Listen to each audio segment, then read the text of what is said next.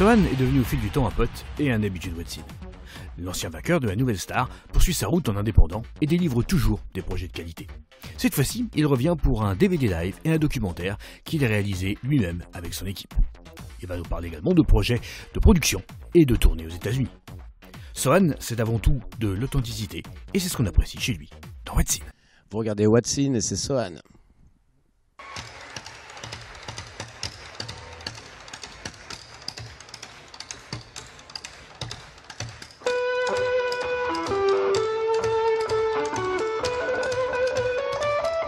À tous les Irlandais!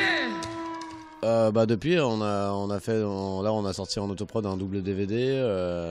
Je suis allé en détox. On a fait 2-3 trucs marrants, quoi. Puis là on prépare une double tournée, c'est-à-dire une tournée des petites salles en même temps qu'une tournée salle plus importante. Je me lance dans la prod aussi. Et j'ai signé avec une maison de disques aux États-Unis, quoi. Le dernier, la même chose que je t'avais dit au départ, quoi. C'était un disque plus pour les gens que pour moi, quoi. Parce que moi c'était des chansons que j'avais déjà tournées un peu, donc c'était vraiment le cadeau. Puis ça aussi, ça nous a permis de faire une petite tournée avec quelques membres de Tête Red, qui a été assez acoustique, puis on a eu un bon accueil.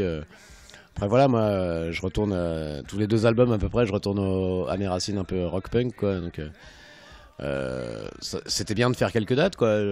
Passer ma vie à faire ça, peut-être pas, mais...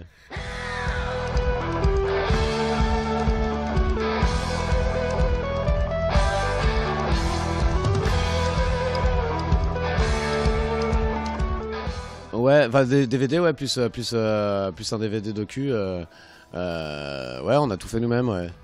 En famille, quoi, avec la bande d'habitude. On est en train de monter une structure qui s'appelle Toes Made.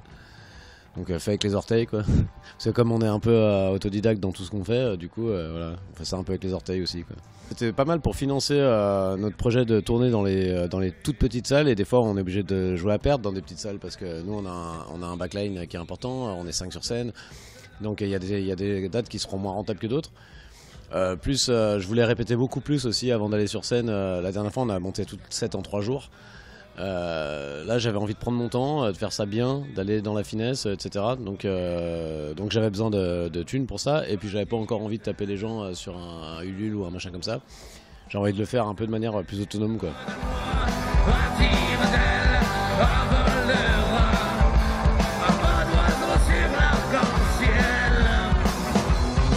Le live il est basé sur un concert qu'on a fait cet été au festival Dark à Châteauroux. Et en plus ce qui est rigolo pour l'anecdote, c'est que c'était pas. Il y avait une partie de mes musiciens, enfin il y avait mon batteur, et tout le reste c'était des musiciens trouvés de ci de là, quoi, des copains. Il y en a un qui est prof de physique chimie, etc. Parce que mes potes pouvaient pas être là ce jour-là. Mais je voulais pas refuser cette date, c'était un beau festo et tout ça. Puis j'étais invité par les KPO avec qui on s'entend assez bien quand même. Même si on évolue dans 2 strates différentes, on s'entend plutôt bien, ouais. Ouais, après le DVD se vend encore moins que le disque à l'heure actuelle, mais puis moi je suis toujours exigeant, mais c'est vrai que ça c'est un truc où tous les 5 minutes sur Facebook je reçois un truc, ouais putain c'est quand qu'il y a un DVD live, là on fait un live plus un documentaire, et c'est vrai que ça a vachement moins répondu présent que sur l'album, quoi. Après je comprends parce qu'il y a aussi une culture dans mon public de l'objet, quoi. C'est un peu à l'ancienne, et donc là nous on l'a fait par voie de téléchargement en ligne. Je comprends qu'il y a des gens que ça bloque un peu, mais ça va, c'est simple à télécharger. Même moi j'y suis arrivé avec mon iPhone, donc je pense que c'est cool.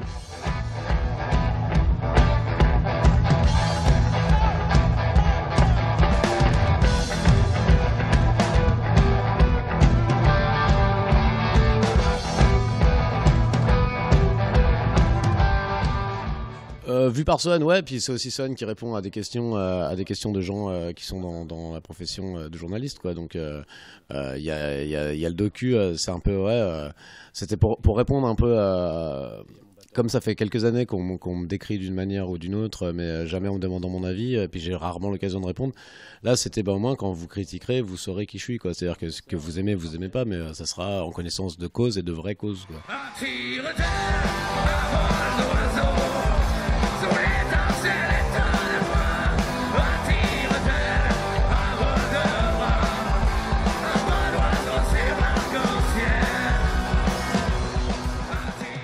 Ouais, là c'est en train de se faire, là, ouais, avec le label de l'ancien guitariste de Ministry, entre autres, qui a bossé sur des projets tels que la BO de Matrix, enfin des trucs comme ça. Et puis qui est surtout un mec bien marrant, quoi. Que j'ai connu par le mec que je produis en ce moment, tu vois. Donc en fait, ça reste tout le temps en famille, finalement. Et là, il risque d'y avoir petite tournée US, on se précipite pas. Ouais, après ça va dépendre de qui je rencontre, parce que moi j'ai un petit fantasme, c'est de bosser avec l'équipe NoFX, etc. Même dans le cercle de leur label aussi à eux, et d'être produit par ces gens-là. Donc faut voir, quoi. Parce que moi, le truc d'aller aux États-Unis pour aller aux États-Unis, je suis bien dans mon garage aussi. On a tout ce qu'il faut. Comment tu t'appelles? Salut, ça va? En fait, je m'en fous, putain, je t'aime. Et quand c'est toi, mais t'étais où? Je t'attendais, lui répondit-elle.